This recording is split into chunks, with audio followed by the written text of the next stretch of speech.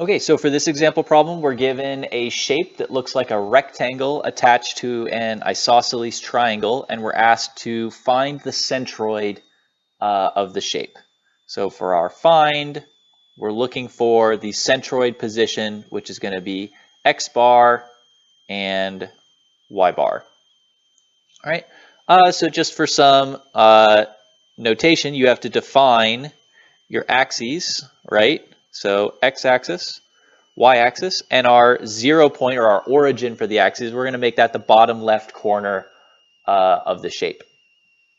All right, so whenever we're doing centroid problems, the way you do it is you're going to break up the shape that you're given into simpler shapes that you have equations for, right? So if you look back in the slides, you can see that for a rectangle, the centroid is at, if you have a base and a height, the x position of the centroid is equal to the base over 2, and the y position of the centroid is equal to the height over 2. And then likewise, if you look for an isosceles triangle, which keep in mind, that's different from the equations that you would find for a right triangle, that's not what we have, you'll see that for a base and height, the centroid is equal to xi is equal to base over 3, and yi is equal to h over 2. So we have equations to find the centroid of those kind of common shapes. So what we're going to do is we're going to find the centroid of our rectangle and find the centroid of our triangle, and then we're going to do a weighted average to find the centroid of our overall shape. So kind of the process and way we teach of doing this is you can use a table, and that will help you keep straight all the numbers that are going to pop up. So the table looks something like this, where you set it up so that for each shape you find the x and y positions of the individual shape's centroid, the area, and then the other terms you're going to need for doing your weighted average. So the way we're going to do this is we're going to break it up into our rectangle is going to be shape A, and our triangle is going to be shape B. So if we go ahead and look at our rectangle, shape A, we know that for a rectangle, the x position of its centroid is equal to the base over 2. So that's 10 feet divided by 2, puts it at 5 feet. Makes sense from where we drew our dot. And then for y, it's height over 2 equals 5 feet over 2, gives us 2.5 feet. For the area of our rectangle, area of a rectangle is base times height, which is 10 feet times 5 feet, gives us 50 feet squared. And then we need to do our x position of the centroid times area. So 5 feet times 50 feet squared gives us 250 feet cubed. And then for y times a, that's going to be 2.5 feet times 50 feet squared is going to give us 125 feet cubed. So as we move on to the triangle, that's where things can potentially be gotten wrong, right? Because if we look at our base equation for the triangle, the x position of the centroid is equal to the base over 3, right? So that kind of makes sense looking at our picture, base over 3. However, we want the x coordinate relative to the origin, right? So that base equation only counts if the origin is at the bottom left corner.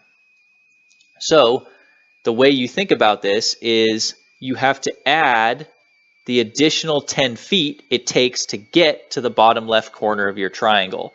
So if we want kind of our base equation for that centroid position, it's going to be 10 feet plus the base over 3, right? Which is going to be 10 feet plus 6 feet over 3, which is going to be 12 feet.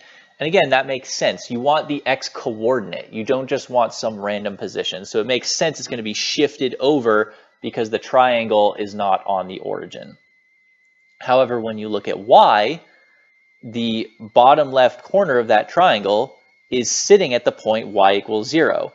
So for the y coordinate, you can still just use h over 2 is equal to 5 feet over 2 gives 2.5 feet. And then area of a triangle, 1/2 base times height, 1/2 times 6 feet times 5 feet gives 15 feet squared.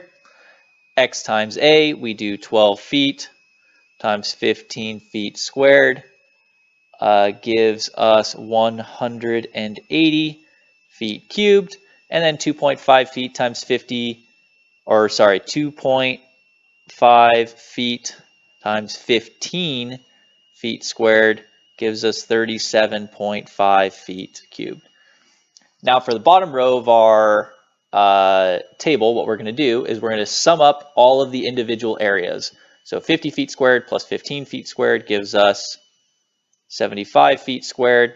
We're going to sum up the x times a's.